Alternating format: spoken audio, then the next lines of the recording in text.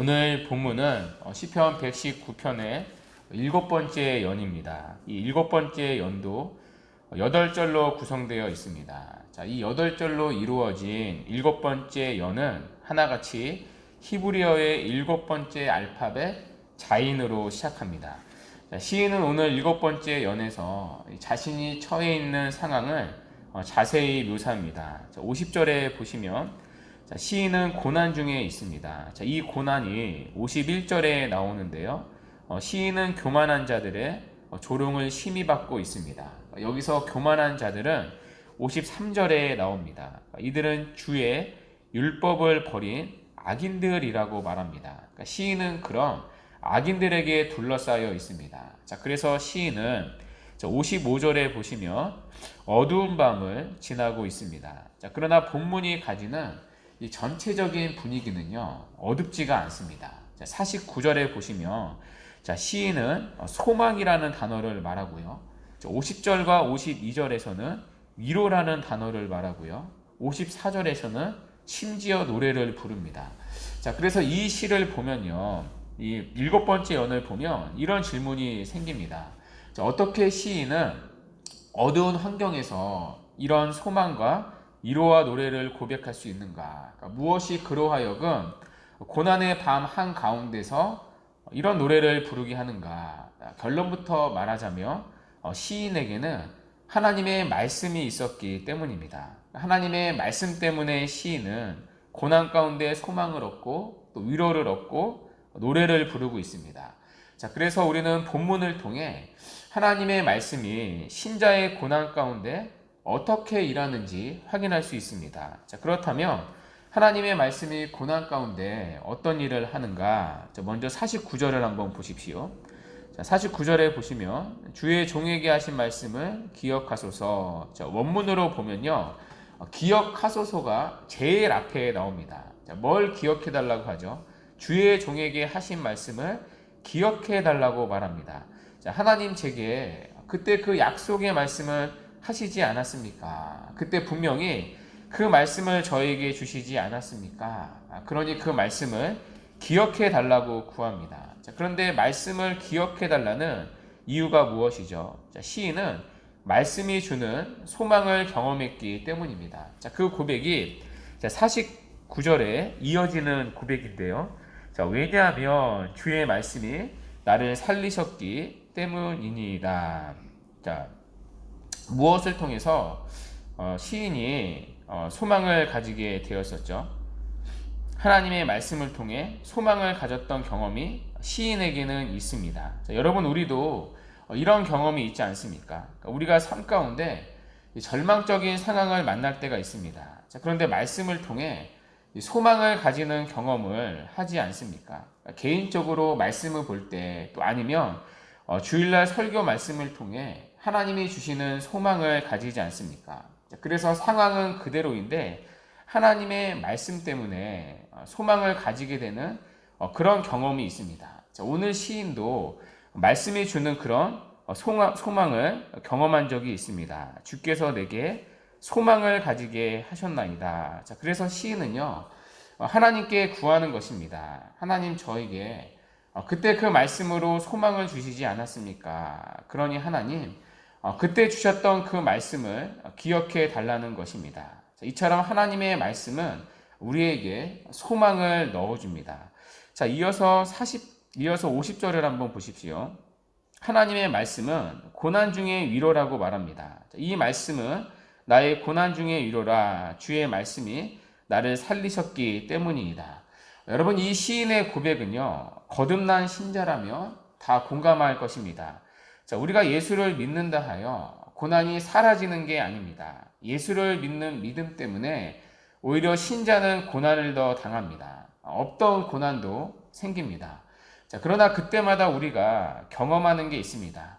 분명히 넘어져야 할 때인데, 분명히 고난으로 인하여서 시험이 들어서 하나님을 떠나야 할 때인데, 꼭 그때마다 하나님이 말씀을 통해 위로를 주신다는 것입니다. 자, 그래서 신기하게도 고난 때문에 거듭난 신자는 하나님을 더 깊이 경험합니다. 고난의 자리에서 하나님을 만나고요. 고난을 통과하는 과정에서 신앙이 더 깊이 자랍니다. 왜냐하면 고난만 있는 게 아니라 고난을 이길 수 있는 말씀을 그때마다 하나님이 들려주시기 때문입니다. 자, 그리고 신기하게 그 들려지는 말씀이 하나님이 나에게 주시는 말씀으로 들립니다. 자, 그래서 이 50절의 고백을요, 거듭난 신자는 고난 가운데 반드시 하게 되는 거죠. 이 말씀은 나의 고난 중에 위로라. 주의 말씀이 나를 살리셨기 때문이라. 여러분, 이 말씀에 우리가 다 아멘이 나오지 않습니까? 자, 그래서 고난은요, 한편으로 신앙의 시금석 역할을 합니다. 참된 성도들은 고난 속에서 이 말씀의 의미를 경험합니다. 물론 고난 속에서 흔들릴 수 있습니다. 자, 그러나 결국에는요, 이 50절의 고백에 이르게 됩니다. 자, 그러나 거짓된 성도들은요, 이 50절의 의미를 경험하지 못합니다.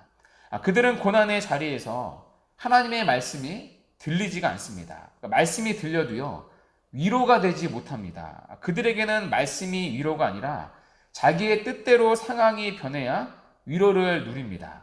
하나님의 말씀이 고난 가운데 위로가 되지 못합니다. 자, 그래서 말씀을 통해 살아나지를 못합니다. 결국에 그들은 지속되는 고난으로 하나님의 말씀을 떠납니다.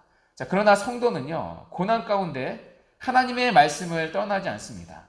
여러분, 오늘 시인을 보십시오. 시인은요, 지금 고난을 당하고 있습니다. 이 고난은 우리가 살펴봤듯이 하나님의 말씀대로 살아서 당하는 고난입니다.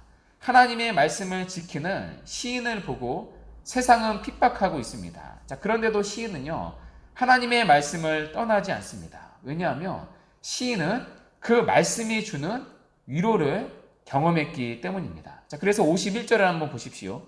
자, 교만한 자들이 나를 심히 조롱하였어도 시인은 주의 법을 떠나지 않는다고 말합니다. 당연하죠. 말씀을 통해 하나님의 위로를 경험을 했으니까요. 말씀을 통해 하나님을 만났으니까요. 자, 이어서 52절의 시인은요, 옛 규례들, 그러니까 하나님이 주신 말씀들을 기억하고 스스로 위로를 받았다고 말합니다. 그러니까 말씀이 위로를 주는 거죠. 심지어 시인은 고난 가운데서도 하나님의 말씀을 사랑하는 자리로 나아갑니다. 여러분, 53절을 보십시오. 주의 율법을 버린 악인들로 말미암아 내가 맹렬한 분노로 사로잡혔나이다. 여러분, 지금 시인은요, 고난 가운데 맹렬한 분노에 사로잡혀 있습니다. 여러분, 그 이유가 무엇이죠? 자기를 괴롭히는 악인들 때문이 아닙니다. 그러니까 악인들에 대한 미움으로 사로잡혀 있는 게 아닙니다. 시인은 악인들이 아니라 악인들이 하나님의 말씀을 짓밟는 것에 분노를 느끼고 있습니다. 하나님의 말씀이 악인들 때문에 무시를 당하는 현실을 보며 거룩한 분노를 느끼고 있습니다. 왜냐하면 시인은요, 하나님의 말씀을 사랑하기 때문입니다.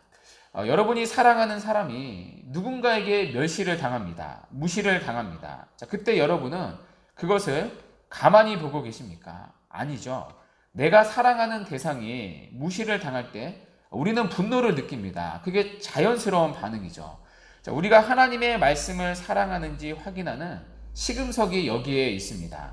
하나님의 말씀이 멸시받는 상황에서 우리가 하나님의 거룩한 분노를 느끼는가? 누군가 하나님의 말씀대로 살아가지 않는 모습을 보며 궁휼한 마음과 동시에 거룩한 분노를 느끼는가? 이것을 통해 하나님의 말씀에 대한 사랑을 확인할 수 있습니다.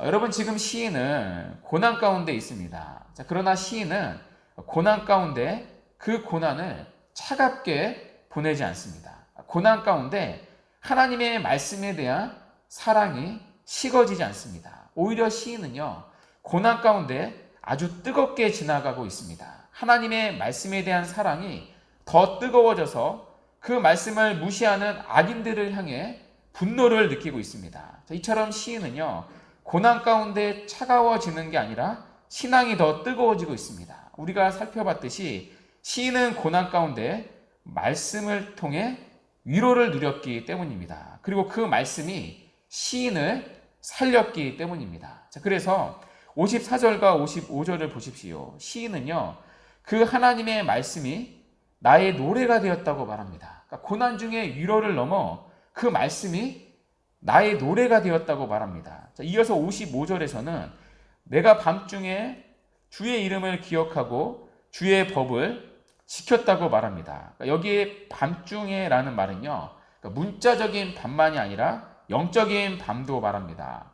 중의적인 의미가 있는 거죠. 두려움과 어둠의 시간입니다. 그러나 영적으로 어두운 밤을 지날 때에도 시인은 하나님의 말씀을 떠나지 아니하고 그 말씀을 더 굳게 지켰다고 말합니다. 하나님의 말씀을 지켜서 지금 핍박을 받았는데 오히려 그 말씀을 더 지켰다는 것입니다. 심지어 시인은요, 마지막 56절에서 이렇게 말합니다. 놀라운 고백인데요. 내 소유는 이것이니 곧 주의 법도들을 지킨 것이니라. 여러분, 지금 시인은요, 내 소유는 부동산이라고 말하지 않습니다. 내 소유는 내가 모아놓은 통장이라고 하지도 않습니다. 내 소유는 이것이니 곧 주의 법도들을 지킨 것이라고 말합니다. 여기서 내 소유는요, 내 축복이라고도 번역될 수 있습니다.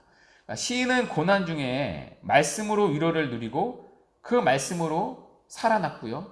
그래서 그 말씀은 내 노래가 되었습니다. 그리고 그 하나님의 말씀은 시인을 딱 붙들어 주어서 고난 가운데도 시인이 하나님의 말씀을 떠나지 않도록 지켜 주었습니다. 이것이 자신에게는 가장 큰 축복이라고 말하는 것입니다. 이것이 자기의 소유, 자기의 재산이라고 말하는 것입니다. 이처럼 성도는요, 하나님의 말씀을 경험하는 자입니다. 특별히 어느 자리에서요, 고난의 자리였어요.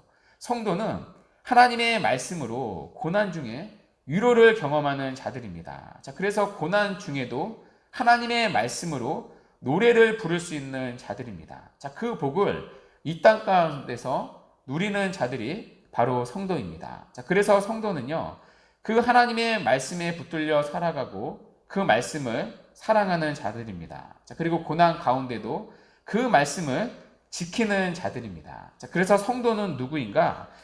이 50절의 고백이 가슴에 새겨진 자입니다. 이 말씀은 나의 고난 중의 위로라. 주의 말씀이 나를 살리셨기 때문이라. 주 안에 사랑하는 여러분, 바라기는 이 고백이요, 고난을 지나가는 우리의 삶 가운데 고백되는 은혜가 있기를 바랍니다. 그래서 56절에 나의 소유는 이것이니 곧 주의 법도를 지킨 것이니라. 이 시인의 고백처럼 말씀이 주는 복을 누리며 살아가는 복된 은혜가 우리 모두에게 있기를 간절히 바랍니다. 이 시간으로